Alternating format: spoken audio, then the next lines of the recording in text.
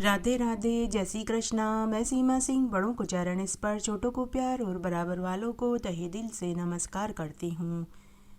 आज मैं आपको ज्येष्ठ मास की पूर्णिमा की व्रत कथा सुनाने जा रही हूँ। आज मैं आपको ज्येष्ठ पूर्णिमा वट सावित्री व्रत कथा सुनाने जा रही हूँ।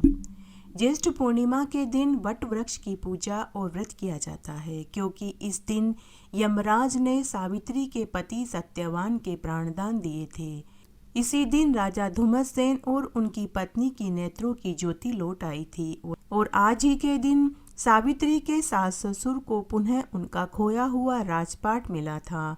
इस दिन वट वृक्ष की पूजा करने और व्रत करने से सौभाग्यवती स्त्रियों का सुहाग अमर अजर रहता है तथा दीर्घायु संतान प्राप्त होती है। आज ही के दिन व्रत करने से भगवान विष्णु की प्रीति प्राप्त होती है। भगवान विष्णु ज्येष्ठ पूर्णिमा का व्रत करने वाले के सभी दुख सभी संकट दूर कर देते हैं और उनको मन वांछित फल प्रदान करते हैं। ज्येष्ठ मास की शुक्ल पक्ष की पूर्णिमा को व्रत करने वटवृक्ष की पूजा करने से विशेष पुण्यफल प्राप्त होता है।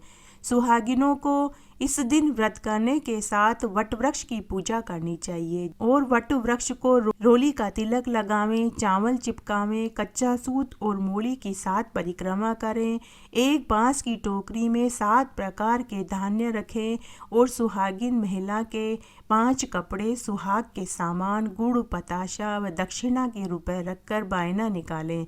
फिर इस सामान को एक सुहागिन ब्राह्मणी को देवें। इस दिन वट वृक्ष की पूजा वट सावित्री व्रत की तरह ही की जाती है। आइए अब हम ज्येष्ठ पूर्णिमा की व्रत कथा सुनते हैं। राजा अशुपति व उनकी रानी जो देवी स्वरूपा थी, उसका नाम मालती था। विवाह के कई बरस बीत जाने पर भी उन्हें औलाद सुख प्राप्त नहीं हुआ। तब राजा अशुपति ने पुष्कर क्षेत्र में जाकर कठोर तपस्या करी और 10 लाख गायत्री मंत्रों का जाप किया। तब देवी भगवती प्रसन्न हो गई और प्रकट होकर राजा को दर्शन दिए और वर मांगने को कहा। तब राजा अशुपति ने औलाद सुख मांगा। तब देवी भगवती ने राजा से कहा कि हे राजन, तुम्हारे भाग्य में पुत्र सुख लिखा हुआ नहीं है। तुम्हें एक कन्या होगी और वह भी 12 वर्ष की उम्र में विधवा हो जाएगी। तब राजा ने कहा कि हे देवी, जैसा मेरे और मेरी पत्नी के भाग्य में लिखा है, आप हमें वही वर दीजिए। राजा ने कहा कि हम दोनों पति पत्नी के निपुत्र का कलंक दूर हो जाए, बस हम यही चाहते हैं। तब राजा अशुपति को देवी भगवती ने कन्या स्वरूप पर वरदान दिया। तब राजा अशुपति की पत्नी रानी मालती कुछ समय के बाद गर्भवती हो गई और 9वें महीने में उन्हें एक सुंदर पुत्री पैदा हुई। राजा अशुपति ने अपनी पुत्री का नाम सावित्री रखा, क्योंकि वो देवी भगवती के प्रसाद से पैदा हुई थी।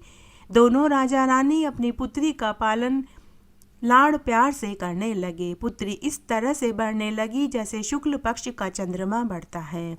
एक बार जब उनकी पुत्री 8 वर्ष की थी, तब नारद मुनि राजा अशुपति के महल में आए और नारद मुनि ने राजा अशुपति की पुत्री सावित्री को देखकर समझ गए कि इसके भाग्य में वैधव्य दोष लिखा हुआ है।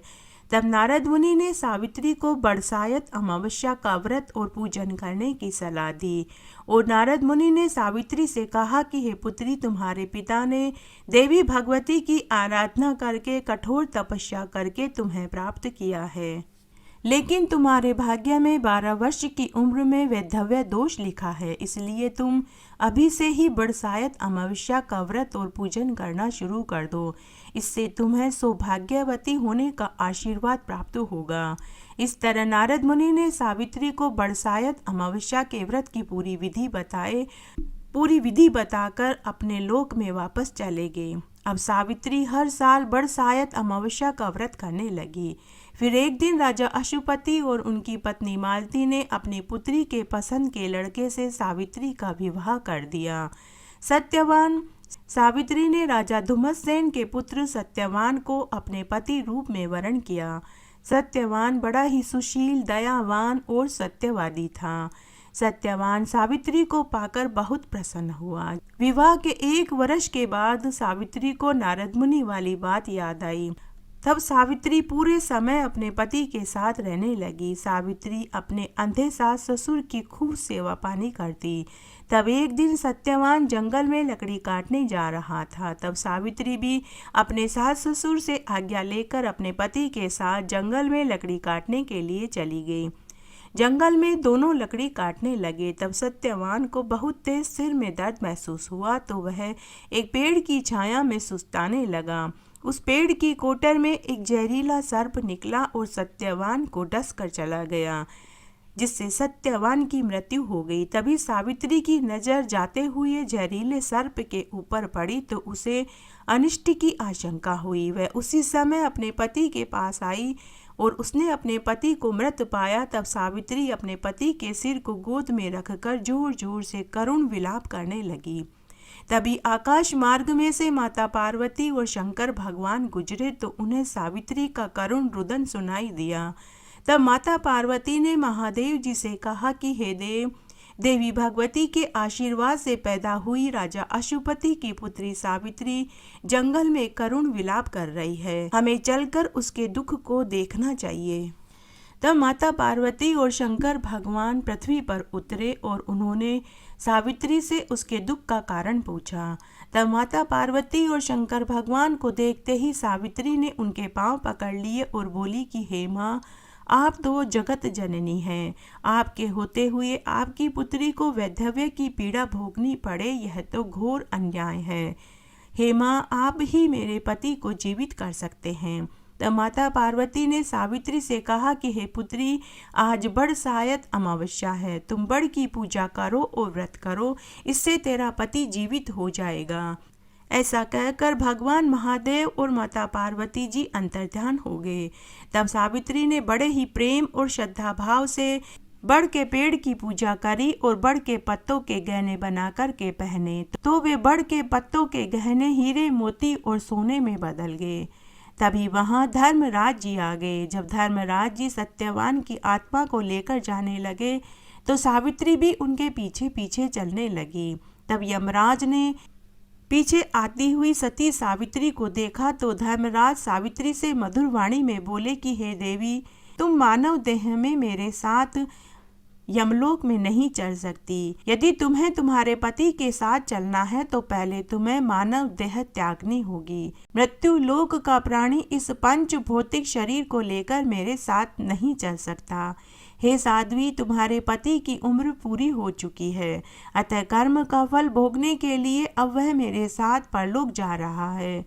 तुम्हारे पति की अल्प आयु थी, वह आयु पूर्ण हो चुकी है।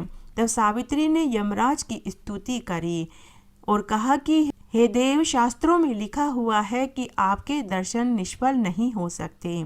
हे सुरेश्वर, मैंने तो यहाँ तक भी सुना है कि 7 पग साथ चलने से मित्रता हो जाती है, जबकि मैं तो आपके साथ बहुत देर से पीछे पीछे चल रही हूँ, इस नाते मेरी आपसे मित्रता हो गई है।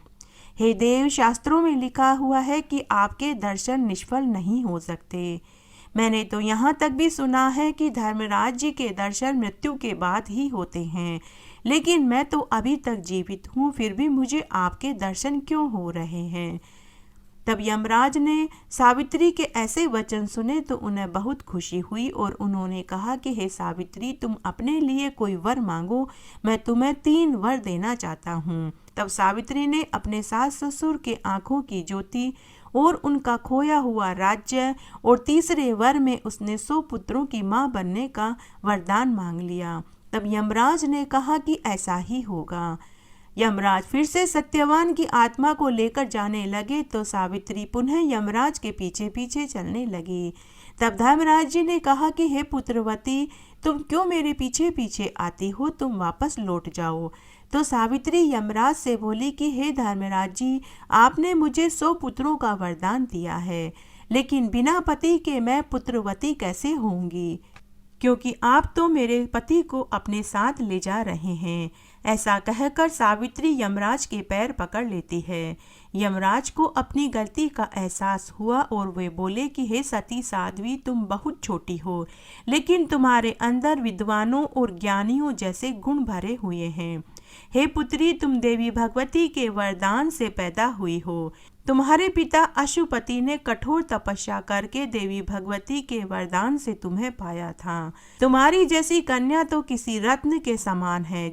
जिस प्रकार लक्ष्मी भगवान विष्णु के, माता पार्वती भगवान शंकर के, शची भगवान इंद्र के, रोहिणी भगवान चंद्रमा के पास सौभाग्यवती प्रिया बनकर शोभा पा रही है, तुम भी वैसे ही सत्यवान की प्रिया बनकर 100 औरस पुत्रों का सुख भोगोगी। यह मेरा वरदान है। हे पुत्री, मैं तुमसे अति प्रसन्न हुआ। तुम और भी वर मांग सकती हो। तब सावित्री ने अपने पिता अशुपति के लिए भी 100 पुत्रों का वरदान मांग लिया। तब धर्मराज जी ने यह वरदान और दिया। तब धर्मराज जी ने सावित्री से कहा कि हे पुत्री, ऐसा ही होगा। और तथास्तु कहकर धर्मराज जी सत्यवान की आत्मा को पुनः उसके शरीर में छोड़कर वापस अपने लोक में चले गए और सावित्री को सौभाग्यवती पुत्रवती होने का आशीर्वाद देकर अंतर्ध्यान हो गए। हे बरसायत अमावस्या, जैसा आपने सावित्री को सुहाग दिया वैसा सबको देना, कहानी कहने वाले को, सुनने वाले को और हुकारा भरने वाले को। इस तरह आज मैंने आपको ज्येष्ठ पूर्णिमा व्रत कथा सुनाई। मेरे साथ बने रहने के लिए आपका धन्यवाद। आगे की कथा कहानी के लिए भी आप इसी तरह मेरे साथ बने रहें।